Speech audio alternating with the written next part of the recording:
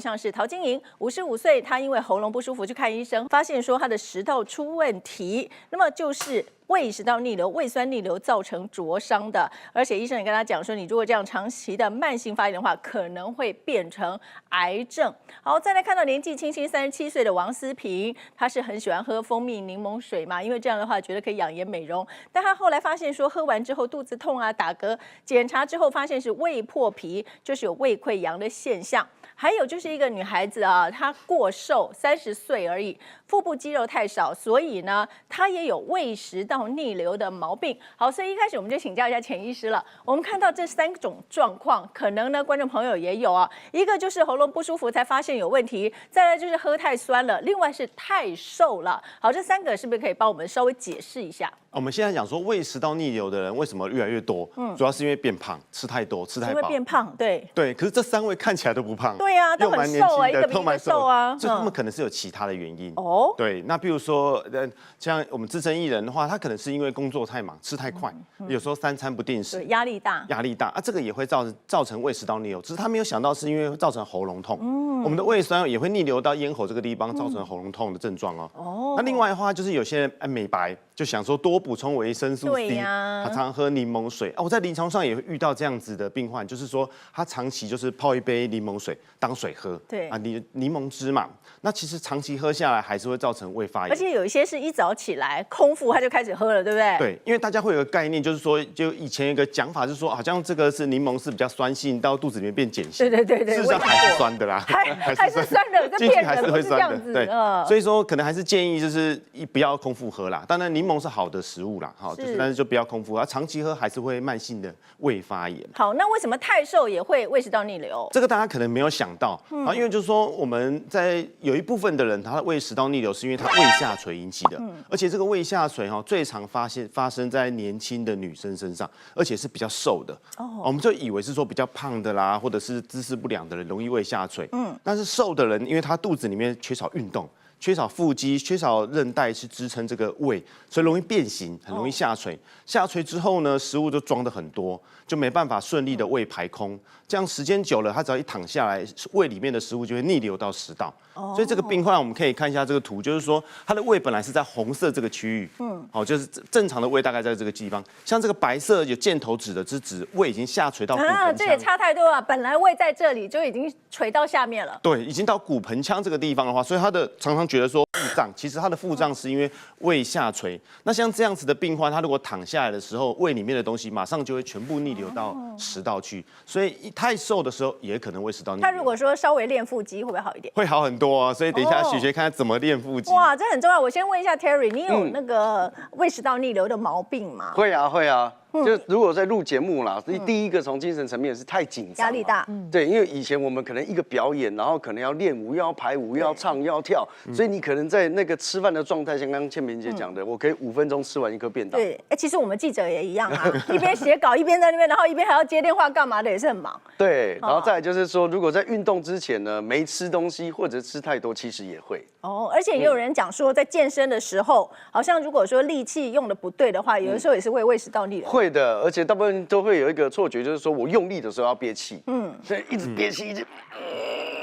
哇，反而让这个胃食道灼热啊，所以这可能就会造成胃食道逆流哈。好，下一张我们来看一看，现在台湾到底有多少人有胃食道逆流的情况？世界很乱啊，经济又很差，常常股票上上下下哈，大家无高无准了，对不对哈？结果导致胃食道逆流的人越来越多，全台逆流族激增啊哈，鱼可以逆流而上，但是我们也不希望说我们的胃酸逆流而上嘛哈。好，那我们看到现在在台湾呢，逆流族盛行率将近25%，就是每4个人有1个，然后最好发在50到59岁，而且20年来已经多了5倍，甚至也有年轻化的情况，对不对？对啊，他这边是说50到59岁，可是我觉得是全年龄层，根本就不是50到高中生都有胃食道逆流。国中生就有啊，其实国中生压力也很大，对。然后但年长者也会啊，都有说70岁、80岁，他常常也觉得说为胃食道逆流所苦啊。对，其实现在年轻人真的，你除了读书之外，压力大，还有很多是要竞争的，或者是说，你看那个像有一些小朋友就会说啊，你看一下那个影片上面啊，谁谁谁长得很漂亮啊，谁谁又够很瘦啊，这些对他们来说压力也是很大的。对，有时候是一定要喝太多，一定要喝太多。手摇饮，手摇饮的甜，手摇饮喝太多也会甜的东西就会胃酸逆流甜的东西就会了哈。那要不然的话，无糖绿茶的话又怕会刮胃。也是啊，对，真是太难了，太难了。好，那我们来看看有哪些都是警讯哈，包括了火烧心胃酸逆流，然后那个声音沙哑、口臭、夜间气喘、牙龈发炎、中耳炎。好，但我们看到潜意识像火烧心，有些人就说，不知道那是什么样的感觉。这到底是什么？他通常觉得胸口有一个灼热感，就是会休息。那或者说他的胃酸它逆流到食道，其实在胸口这一段我们是说胃食道逆流，它不舒服的位置是在胸口。那时候就觉得热热的。那有些人以为是心脏病，心脏在痛，但所以其实是有时候是以为胸痛，但是它是会有火烧心。那胃酸逆流就很明显，就是恰生嘛，就是嘴巴会酸酸，他觉得胃酸一直跑上来。其实还有一个是咳嗽，咳嗽，它其实跟声音沙哑常常一起发生。还以为说是感冒，结果不是。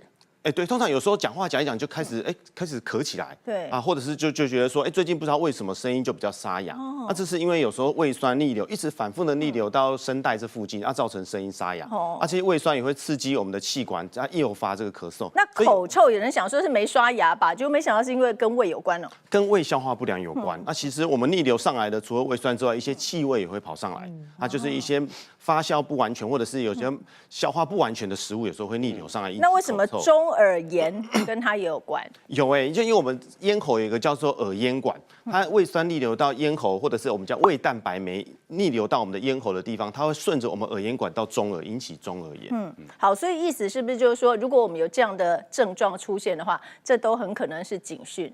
对不对？就是有时候你有这些症状，有时候你没有想到是胃食道逆流。对，你就是没有想到，但没有想到事情很多要问医生了哈。好，那再来看看你没有想到的，可能还有这个，就是你可能以为说，胃食道逆流好像大家都以为没什么了不起的但你不理它，它可能会变成癌症啊。这当中有4个症状要特别注意。